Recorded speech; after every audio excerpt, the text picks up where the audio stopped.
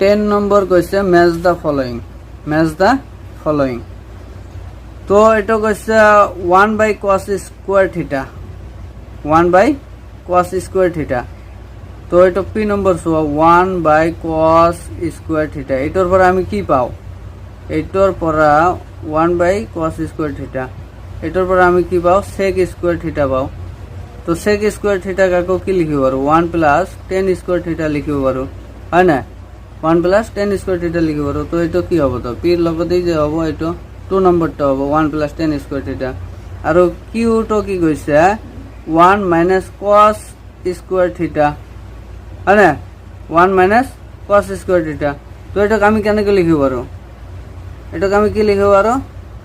1 - cos square থিটা = sin square থিটা লিখিব পারো sin স্কয়ার থিটা আর sin স্কয়ার থিটার রেসিপ্রোকাল কি হবে 1/cosec স্কয়ার থিটা cosec স্কয়ার থিটা তো এটা টুল কিউ এর লগত কি হবে 3 নম্বরটা হবে আচ্ছা আর এটা আছে r কি আছে 1/sin স্কয়ার থিটা তো এটার পর আমি কি পাও এটার পর কি পাও 1/sin স্কয়ার মানে cosec স্কয়ার লিখিব পারো cosec স্কয়ার থিটা লিখিব পারো আর cosec স্কয়ার থিটা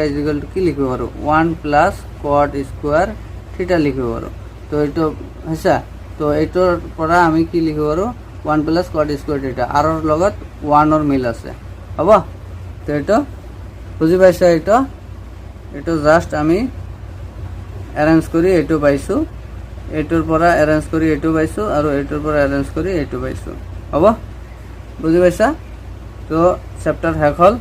ঠিক আছে ভালকৈ প্র্যাকটিস করিবা আর চ্যানেলটা সাবস্ক্রাইব করিবা ঠিক আছে সাবস্ক্রাইব কৰি লিবা